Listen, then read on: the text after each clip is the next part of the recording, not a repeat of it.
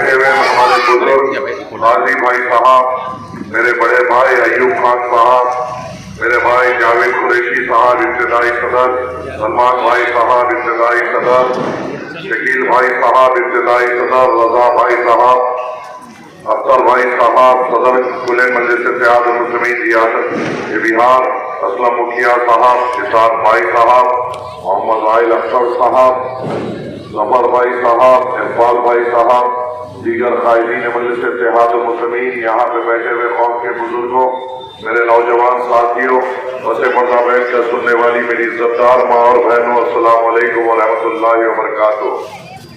شاید آج کے یہ دن کے 3 جلسے اس انتخابات کے آخری 3 جلسے ہوں گے نامپلی حلقے کے لیے، اور ہم نے پچھلے 25 دن میں پرزور کوشش کی کہ آپ کے محلے جات میں ہم آئے، ہم نے پرزور کوشش کی کہ ہر ایک دروازے پر جائے، ہم نے پرزور کوشش کی کہ آپ کو مجلس اتحاد المسلمین کا پیغام دے اور آپ کو مجلس اتحاد المسلمین کے حق میں ووٹ دینے کے لیے آپ کے لیے ہم نے جد و جہد کی۔ اب انتخابات صرف 3 روز دور ہے، کل کا ایک دن ہے، 20 کا 31 تاریخ کے دن انشاءاللہ نامپلی کی عوام ایک فیصلہ لے گی، اور نامپلی کی عوام یہ طے کرے گی کہ مجلس اتحاد المسلمین کو کس قسم سے یہاں پہ کامیاب کرنا ہے اور کتنی بھاری اکثریت سے یہاں پہ کامیاب کرنا ہے۔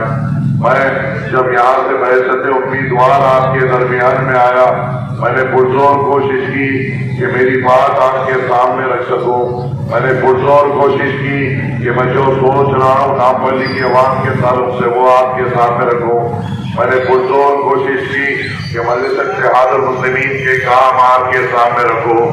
مجلس اتحاد المسلمین نے 5 سال میں نامپلی حلقے میں ایک بے مثال خدمتیں عطا فرمائیں، اور جس اتحاد المسلمین نے بے مثال خدمتیں یہاں پہ انجام دی اور کوشش کی یہاں کی عوام کی سہولتوں کے لیے، کوشش کی یہاں کی بے باک آواز بننے کے لیے، کوشش کی یہاں پہ ہر ایک طریقے سے آپ کی خدمت گزار بننے کے لیے، مجلس اتحاد المسلمین نے نامپلی علاقے میں CC روڈ کہیں تعمیر کرائے قریباً 200 کروڑ کے، مجلس اتحاد المسلمین نے 85 کروڑ کے یہاں پہ سیوریج لائن ڈلائے۔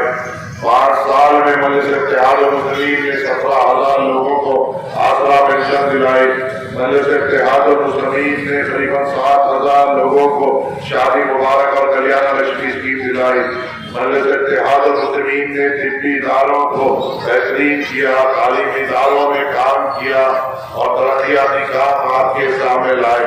اور آج جب ہم آپ کے سامنے انتخابات کے مرحلے میں پہنچے ہیں تو یہاں پہ نامپلی میں مقابلہ سیدھی طور پہ صاف ہے، یہاں پہ مقابلہ مجلس اتحاد المسلمین کے ماجد حسین اور BJP کانگریس کا الائنس سے ہے، یہاں پر مجلس اتحاد المسلمین اور اس کے امیدوار کا مقابلہ سیدھی طور پہ راہل گاندھی اور مودی کے الائنس کے ساتھ ہے۔ نامپلی میں سیدھی طور پہ مجلس اتحاد المسلمین کا مقابلہ ان فرقہ پرست ذہنوں سے ہے جو یہ کہتے ہیں کہ نامپلی کے مسلمان فرقہ پرست ہیں۔ مجلس اتحاد المسلمین کا مقابلہ ان ذہنوں سے ہے جو یہ کہتے ہیں کہ نامپلی میں 2 لاکھ مسلمانوں میں 1.5 لاکھ مسلمان طالبانی ذہنیت، پاکستانی ذہنیت اور کشمیری ذہنیت کے ہیں۔ مجلس اتحاد المسلمین کا یہاں پہ مقابلہ اور فرقہ پرست ذہنیتوں سے ہے جن کا ایک کوئی وجود نہیں، جن کی ایک کوئی پالیسی نہیں۔ کبھی جہاں موقع ملا اقتدار کے لیے انہوں نے BJP کا ساتھ بھی لے کر نامپلی میں آئے تو اب کانگریس کا ساتھ لے کر آپ کے درمیان میں آئے۔ ایک وقت ایسا تھا کہ انہوں نے اپنے بیانات میں یہ کہا تھا کہ سب سے بہترین پارٹی ہندوستان میں کوئی ہے تو بھارتیہ جنتا پارٹی ہے، اور سب سے بڑے فسادات کرنے والی پارٹی کانگریس آئی ہے۔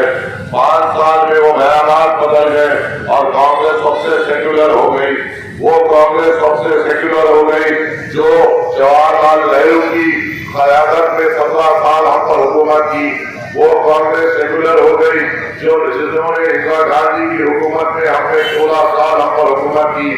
وہ کانگریس سیکولر ہو گئی جنہوں نے 5 سال راجیو گاندھی کی شکل میں ہم پر حکومت کی. وہ کانگریس سیکولر ہو گئی جنہوں نے 5 سال پی وی نرسمہ راؤ کی شکل میں ہم پر حکومت کی. آزادی کے بعد 2005 میں جب سچر کمیٹی رپورٹ آئی، اس سے پہلے جب تک 2005 تک 58 ایئرس ہوئے تھے، جس میں سے 43 ایئرس کانگریس نے ہم پہ حکومت کی. اور جب سچر کمیٹی رپورٹ آئی تو اس میں یہ پتا چلا کہ آزادی سے پہلے جو مسلمان بادشاہ تھے 58 سال کے بعد وہ فقیر ہو گئے. جو سچر کمیٹی کی رپورٹ میں یہ بتایا گیا کہ جو مسلمان جاگیردار تھے آج ان کے پاس 1 گز زمین نہیں. جو مسلمان صوبیدار تھے آج ان کے پاس نوکری نہیں. جن کے پاس راگیر تھی آج وہ لوگوں کے کھیتوں میں کام کر رہے تھے. تو میرا سوال آپ سے یہ ہے کہ ہندوستان کی آزادی کے 58 سال کے بعد ایسا کیا ہو گیا کہ مسلمان بادشاہت سے فقیریت پہ آ گئے، مسلمان زمیندار سے بے زمین ہو گئے، مسلمان صوبیدار سے بے روزگار ہو گئے. جو ہمارے پاس کھیتیاں تھی آج ہم ان کے کھیتوں میں کام کرنا شروع کر دیے. تو ایسے کیسے لوگ نے ہم پر حکومت کی تھی. تو یہ پتا چلا کہ بعد آزادی کے فوراً بعد زیادہ تر کانگریس نے ہم پر حکومت کی اور ہماری یہ حالت کی ذمہ دار کانگریس آئی ہے. آپ مجھے بتائیے کہ آپ کے سامنے باج ٹھاکرے جو شیو سینا کا جو سپریمو ہے، کیا اس کے بیانات آپ کے سامنے نہیں ہے؟ کیا اس نے یہ نہیں کہا تھا کہ میں ہندو سینا بناؤں گا، سوسائڈ سماج بناؤں گا؟ کیا اس نے یہ نہیں کہا تھا کہ بابری مسجد کی شہادت ہمارے لیے فخر کی بات ہے؟ کیا اس نے یہ نہیں کہا تھا کہ مسلمان کا مقام ہندوستان نہیں پاکستان ہے؟ آج وہ شیو سینا جس نے یہ کہا تھا کہ ہم سوسائڈ سماج بنائیں گے، جس نے یہ کہا تھا کہ بابری مسجد کی شہادت ہمارے لیے فخر کی بات ہے، جس نے یہ کہا تھا کہ مسلمانوں کی جگہ ہندوستان نہیں پاکستان ہے، آج وہ کانگریس کی الائنس میں مہاراشٹر میں حکومت کری. آج وہ کانگریس کے ساتھ ہاتھوں میں ہاتھ ڈال کر چل رہی ہے. جو ہمارے لیے ہمارے قتل عام کی ذمہ دار ہے، آج کانگریس ان کو ساتھ لے کر اپنی گود میں بٹھا کر اپنے ہاتھوں سے اس کی پرورش کر رہی ہے اور یہاں پر آ کر ہم سے ہمدردی کا دعویٰ کرتی ہے. میں آپ سے پوچھتا ہوں، کیا یہاں پہ کانگریس حقیقت میں مسلمانوں کی ہمدرد ہے؟ کیا کانگریس تلنگانہ میں جو آ کر بات کر رہی ہے کہ ہم مائنورٹی بجٹ کو 2200 کروڑ سے 4000 کروڑ کریں گے، کیا اس کی بات میں سچائی ہو سکتی ہے؟ جو کانگریس یہاں پر آ کر یہ کہہ رہی ہے کہ ہم مسلمانوں کو ترقی دیں گے، کیا اس کی باتوں میں سچائی ہو سکتی ہے؟ کیسے سچائی ہو سکتی ہے؟ کانگریس تو اس انتخابات تو راجستھان میں بھی ہو رہے، چھتیس گڑھ میں بھی ہو رہے، مدھیہ پردیش میں بھی ہو رہے، تلنگانہ میں بھی ہو رہے، پر ایسی کیا بات ہے کہ مائنورٹی ڈکلیریشن نہ راجستھان میں ہوا، نہ چھتیس گڑھ میں ہوا، نہ مدھیہ پردیش میں ہوا؟ مائنورٹی ڈکلیریشن ایسی کیا وجہ ہوئی کہ صرف تلنگانہ میں ہوا؟ اس کی وجہ یہ ہے کہ وہ لوگ آپ کی بہادری سے ڈرتے ہیں اور آپ کو کمزور بنانے کے اعلانات کر رہے ہیں. وہ آپ کی بے باکی سے ڈرتے ہیں اور آپ کو بے زبان کرنا چاہتے ہیں. وہ آپ کی سیاسی طاقت سے ڈرتے ہیں اور اس کو کمزور کرنا چاہتے ہیں. کیوں نہیں؟ جب یہاں پہ 4000 کروڑ کا راہل گاندھی وعدہ کرتا ہے کہ یہاں پہ مسلمانوں کو 4000 کروڑ دیا جائے گا، تو راجستھان میں پچھلے 5 سال سے کانگریس کی حکومت ہے، وہاں پہ 100 کروڑ کیوں دیا جا رہا ہے؟ کیا یہ راہل گاندھی میں اتنی ہمت نہیں کہ اپنے کانگریس آئی کے چیف منسٹر کو فون کر یہ بولے کہ تو 100 کروڑ کیوں دے رہا ہے؟ تو 2000 کروڑ دے، تو 1000 کروڑ دے، تو 3000 کروڑ دے یا 4000 کروڑ دے. اس لیے نہیں بولتا کیونکہ راجستھان میں مجلس نہیں، چھتیس گڑھ میں مجلس نہیں، مدھیہ پردیش میں آپ کی سیاسی آواز نہیں. ان کو پتا ہے وہاں